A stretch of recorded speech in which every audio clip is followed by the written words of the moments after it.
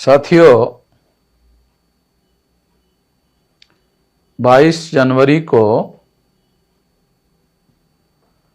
राम मंदिर का उद्घाटन होने वाला है अयोध्या में।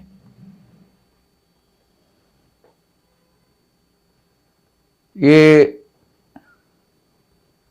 अयोध्या की जो विरासत है, क्या ये विरासत भारतीय लोगों की विरासत है? निश्चित रूप से अयोध्या की विरासत भारतीय लोगों की विरासत नहीं है। हिस्टोरिकली अयोध्या की विरासत भारतीय लोगों की विरासत नहीं है। सिंधु घाटी सभ्यता के इतिहास का और यदि उसके विरासत का अध्ययन किया जाए तो ये भी ब्राह्मणों की विरासत नहीं है। जो बुद्ध की विरासत है और सम्राट अशोक की विरासत है, मौर्य की विरासत है, वो विरासत भी ब्राह्मणों की विरासत नहीं है।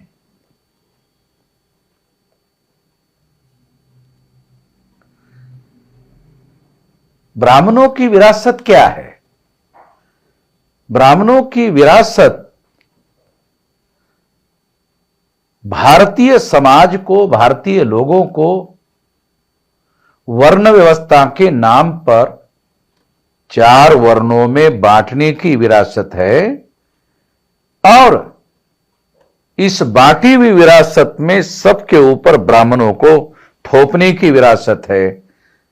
ब्राह्मणों की सर्वोच्चता थोपने की विरासत है। ये निश्चित रूप से ये विरासत भारतीय लोगों की विरासत नहीं है। ब्राह्मणों ने वर्ण व्यवस्था में भारतीय लोगों को शूद्र बनाने का षड्यंत्र किया, नीचता का काम किया। ये ब्राह्मणों की विरासत है, ये भारतीयों की विरासत नहीं है। उसके बाद ब्राह्मणों ने मूल निवासी भारतीय लोगों को 6247 जाति के टुकड़ों में बांटने का षड्यंत्र किया। ये नीचता का काम किया, सबसे ज्यादा घटिया काम किया। ये ब्राह्मणों की विरासत है। ये टुकड़ों में बांटने का ब्राह्मण लोग अंग्रेजों को बुरा मानते थे तो कारण बताते थे कि अंग्रेजों ने हिंदू मुसलमान 2 टुकड़ों में बांटा, मगर ब्राह्मणों ने 6247 जाति के टुकड़ों में बांटा। 1703 जाति के टुकड़े शेड्यूल कास्ट अछूतों के बनाए, 801 टुकड़े आदिवासियों के बनाए, 3743 जाति के टुकड़े ओबीसी के बनाए और तीनों को मिलाकर 6247 जाति के टुकड़े ब्राह्मणों ने ये मूल निवासी बहुजनों के बनाए।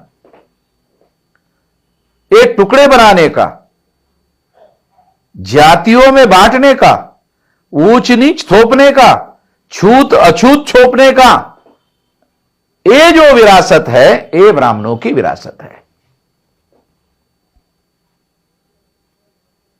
इससे सावधान होने की जरूरत है, इससे सतर्क होने की जरूरत है। और इसलिए अब ब्राह्मण लोग राम मंदिर के नाम पर अपना छुपा एजेंडा, अपना गुप्त एजेंडा भारतीय लोगों पर, मूल निवासी भारतीय लोगों पर थोपने के लिए राम के नाम का सहारा ले रहे हैं। अगर हम पाली भाषा के जातक कथा का इतिहास पढ़ लें तो दशरथ जातक है, उस दशरथ जातक में बोधिसत्व राम है और ब्राह्मणों ने राम को ब्राह्मणी राम में रूपांतरित करने का षड्यंत्र किया और उसको वर्ण व्यवस्था के समर्थन में इस्तेमाल करने का षड्यंत्र किया। इसके लिए उन्होंने रामायण लिखा। रामायण में शूद्र शंभुक जो ओबीसी था उसकी हत्या करने का राम के द्वारा षड्यंत्र किया गया। यह सारा का सारा ब्राह्मणों के द्वारा किया गया।